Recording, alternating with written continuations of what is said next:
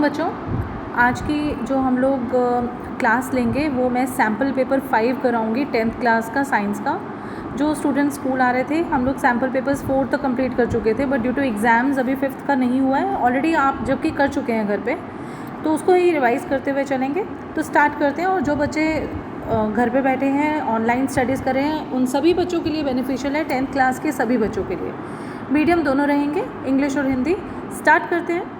Question number 1 is what is emulsification of fat. Emulsification या फिर इमल्सीकरण हिंदी में कहते हैं इसको। वो क्या होता है?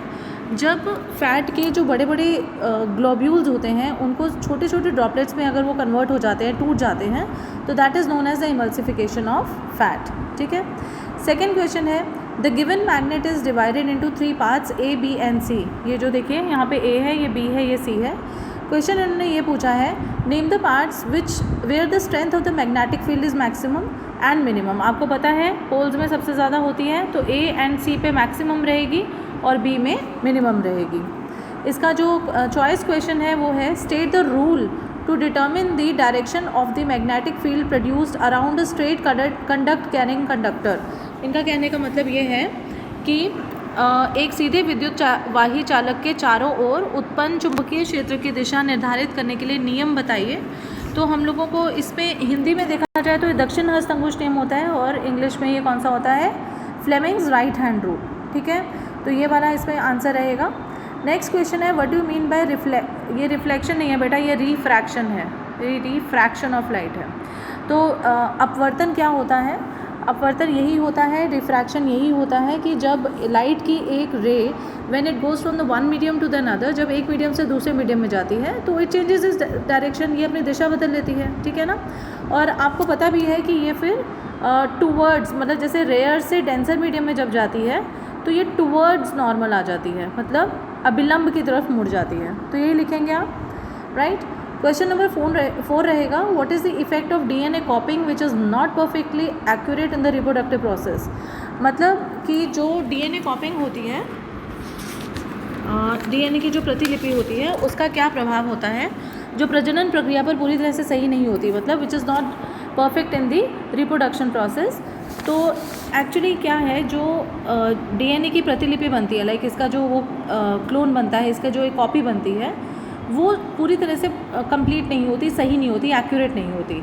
इसकी वजह से जो इसमें कॉम्प्लिकेशंस आती हैं, जो त्रुटियां आती हैं, उसकी वजह से बड़ी सारी वेराइटीज़ हो जाती हैं, विविधता हो जाती है, राइट। तो ये आप लिखेंगे कि जो DNA की जो कॉपी बनती है वो परफेक्ट नहीं होती, एक्यूरेट नहीं होती, जिसकी वजह से जो उनमें कॉम्प्लिकेशंस आती हैं, जो त्रुटियां आती हैं, कमियां आती हैं, मिस्टेक्स आती हैं, उसकी वजह से उसमें विविधता आ जाती है, वेराइटीज़ आ जाती है। ठीक है।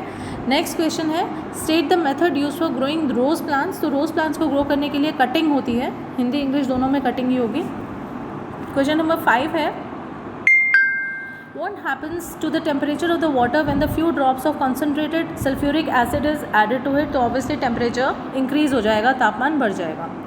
नेक्स्ट क्वेश्चन है name two excretory products other than oxygen and carbon dioxide in plants. मतलब पौधों में ऑक्सीजन और कार्बन डाइऑक्साइड के अलावा और कौन से ऐसे प्रोडक्ट्स हैं जिसमें कि उत्सर्जक उत्पाद है। उत्सर्जक उत्पाद मतलब एक्सक्रीटरी प्रोडक्ट्स हैं। तो इसमें रेजिन आ जाएगा और गम आ जाएगी, रेजिन और गोंद आ जाएगी। नेक्स्ट क्वेश्चन है mention how organisms like bread moles and mushrooms obtain their food. ये जो मशरूम्स और मोल्स होते हैं क्या करते हैं कि जो फूड, जो ऑर्गेनिज्म मतलब जो भी फूड होता है उसको पहले वो ब्रेक करते हैं और उसके जो न्यूट्रिएंट्स हैं उसको वो एब्जॉर्ब कर लेते हैं, मतलब उसके पोषक तत्वों को अवशोषित कर लेते हैं, राइट। नेक्स्ट है कि question number 7 is burning of a candle a physical change और केमिकल चेंज। देखिए बर्निंग जो तो है वो तो एक केमिकल चेंज है, बर्न हो रहा है कैंडल तो वो एक केमिकल चेंज है।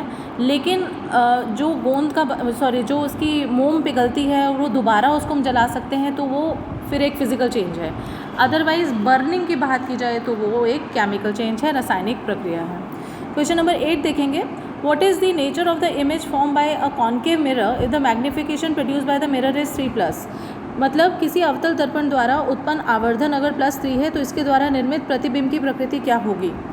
तो इसका होगा कि जो इसकी प्रतिबिंब होगा, जो लाइक इसकी इमेज बनेगी, दैट विल बी वर्चुअल सीधी बनेगी और बड़ी बनेगी, मतलब वर्चुअल, इरेक्ट एंड मैग्नीफाइड, ठीक है, ये बनेगी, ठीक है। और सेकेंड क्वेश्चन है इसका, between which 2 points related to a concave mirror should an object be place to obtain on screen an image twice the size of the object. कहने का मतलब यह है कि अवतल दर्पण के किन 2 बिंदुओं के बीच में वस्तु को रखें कि जिससे स्क्रीन पर जो प्रतिबिंब बने वो वस्तु के आकार से दुगना हो। तो जब इमेज बनती है और ऑब्जेक्ट से डबल साइज़ की होती है तो वो कब बनती है, जब वो F एंड C के बीच में हो, focus and centre of curvature के बीच में हो, ठीक है। तो ये रहेगा answer.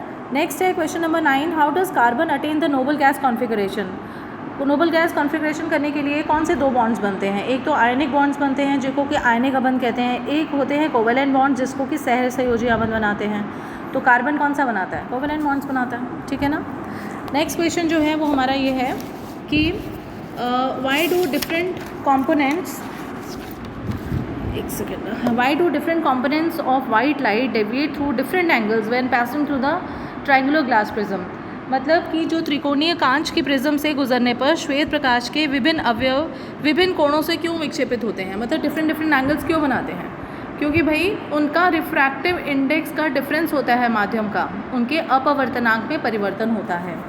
There is a difference in refractive index, या फिर हिंदी में उनका अपवर्तनांक में परिवर्तन होता है, ठीक है।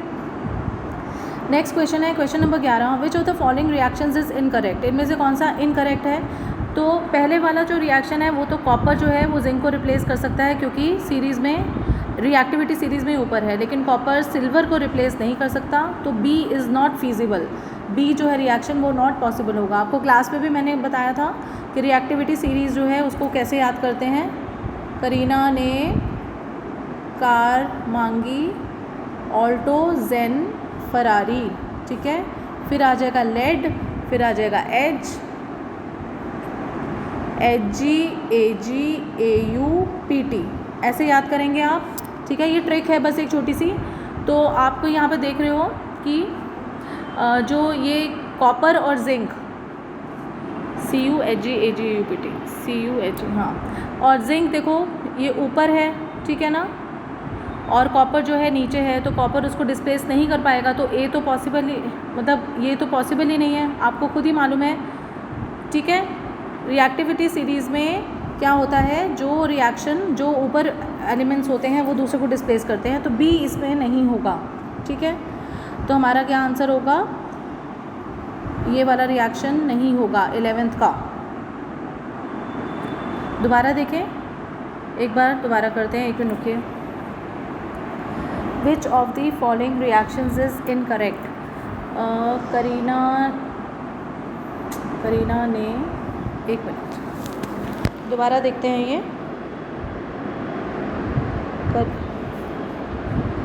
करीना ने कार लिख दिया मैंने, कार मांगी, ऑल्टो, जेन, फरारी, लेड,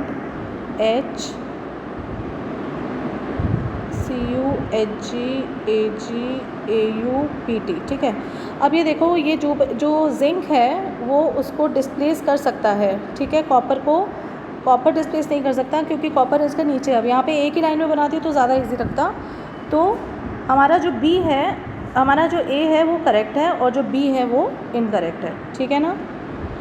ए वाला तो पॉसिबल है ना बेटा, लेकिन इन्होंने इनकरेक्ट पूछा है तो फिर वो बी आएगा। चलो नेक्स्ट क्वेश्चन है, इन which type of chemical reaction heat is evolve. तो उसको कहते हैं ऊष्माक्षेपी प्रक्रिया या फिर उसको एक्सोथर्मिक रिएक्शन भी कहते हैं।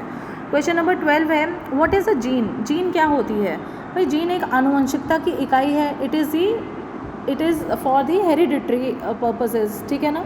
और फिर उन्होंने पूछा है कि what right the scientific name of garden pea and human. Human का होमो सैपियंस है, ठीक है, होमो सैपियंस, SAPIENS। और पी का है पाइसम सिटाइवम, ठीक है, ये आपको पता है।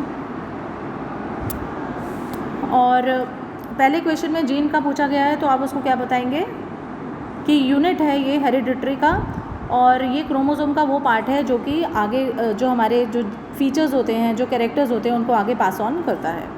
नेक्स्ट क्वेश्चन है, question number 13, an element reacts with oxygen. एक एलिमेंट है एक्स, वो रिएक्ट करता है ऑक्सीजन के साथ और क्या बनाता है, एक ऐसा कंपाउंड बनाता है जिसका कि हाई मेल्टिंग पॉइंट है और वो सॉल्यूबल भी है वाटर में, ठीक है ना।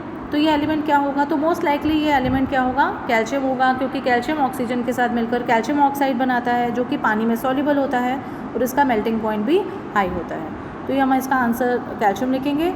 और 14 से लेकर 28 तक फिर हम जो आगे क्वेश्चंस करेंगे वो नेक्स्ट क्लास में करेंगे। Till then take care, stay home, stay safe and please तैयारी करती रहिए। और जो विशाल छाबड़ा अकेडमी का चैनल को लाइक शेयर और सब्सक्राइब करना ना भूलें, so that you get to know about the new notifications. ठीक है, बाय बाय।